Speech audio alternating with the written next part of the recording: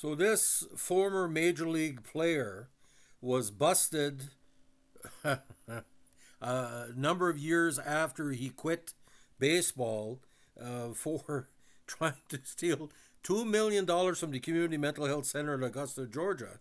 And now he, and along with four other people, including former Georgia State Representative Robin L. Williams, not our Robin Williams, they all served terms in federal prison for conspiring to steal the cash.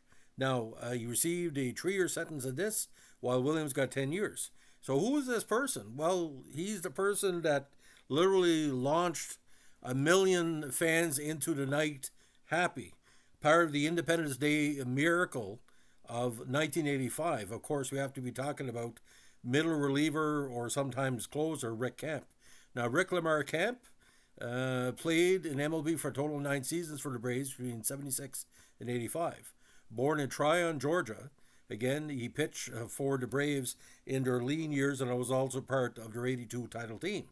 He was best known for hitting a game tying 18 inning home run the contest that began on July 4th, 85, and ended on July 5th against the New York Mets. Now, in this one, with 2 outs and an 0-2 count of Tom Gorman, it was the only home run of his 12 season pro career, including 9 in the majors. Representing the tying run in the 19th inning, Camp struck out to end the game and was a losing pitcher. The Braves had run out position players and had no choice to be let Camp bat in the 18 and 19 innings, even though his career batting average was .74. Now, the game started on July 4th at 7:05 p.m., but due to extra innings and 3 long rain delays, it did not end until 3:55 a.m. on July 5th, the second latest any major league game has ever ended. After last out, the night still wasn't over for people in Atlanta, as the Braves gave their fans a promised fireworks show at 4 in the morning, which drew a number of complaints from neighborhood residents. It was the only home run he ever hit in the majors, and it occurred in his final season as a pitcher. Now, according to published reports at the time, Camp basically said he had no idea he would be part of history. Now, the contest itself was a mixture of fun and some very strange incidents. Now, when Camp died at age 59 in 2013 at his home, a lot of people were reflecting back on his career and wondering why he was best remembered that, because he was a good reliever. Now, in that game, the Braves welcomed the Mets to Atlanta Fulton County Stadium to open up a 4 game holiday weekend series, but rain pushed back the first pitch and made the outfield almost unplayable and caused additional delays during the game. Now, the contest was ugly from the outset, as the team saw them score once in the first inning, of which the Braves went up 3-1 in the third. The Mets scored 4 in the fourth, ultimately striking out a 7-4 lead into the bottom of the eighth. With the clock striking midnight, the Braves rallied for 4 runs in the bottom of the eighth to hand an 8-7 lead to Hall of Fame closer Bruce Sutter, only have Sutter blow the save, saying the game in extra innings tied at 8-8.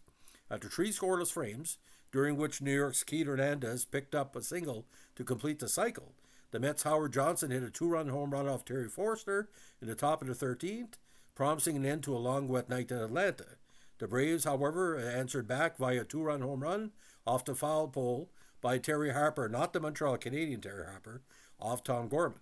And so the game continued, knotted at 10-10 through the 14th, 15th, 16th, and 17th innings.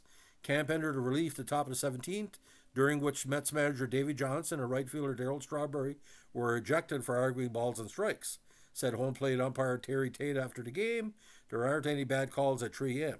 In the 18th, a leadoff single by Johnson, Camp Sayre and a subsequent bunt by Danny Heap, and the Lenny Dykstra sac fly gave New York the lead again. Now, Gorman, who entered the game in the 13th and was now a 6th inning of work, opened the bottom of the 18th by getting Gerald Perry and Harper to ground out.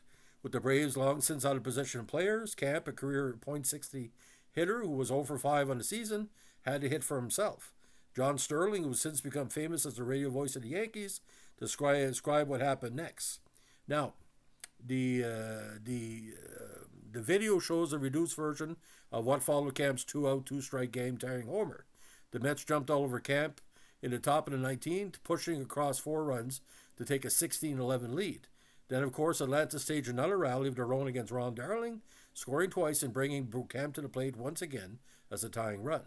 Lightning didn't strike twice, however, as Camp, taking another go-for-broke swing, struck out to end the game just shy of 4 a.m. It remains the latest ending to a game in a Major League history. Despite the time, the Braves still put on the fireworks display scheduled for after the game. Now, Camp lived a checkered life after his baseball career came to an end after the Braves released him prior to the '86 season. He returned to his family farm in Tryon, spent some time as a lobbyist, then later spent years in federal prison for his role in a scheme to steal more than $2 million from an Augusta mental health facility. Nonetheless, he was regularly welcomed back to Old Timers festivities by the Braves, even after his release from prison in 2007, and has always been remembered for what is now known as the Rick Camp game, or as we call the Independence Day Miracle. So, ladies and gentlemen, that's the story of the late Rick Camp, and he's very interesting part of baseball history. If you like what you're doing here, give us a like, comment, subscribe, or share. Bye.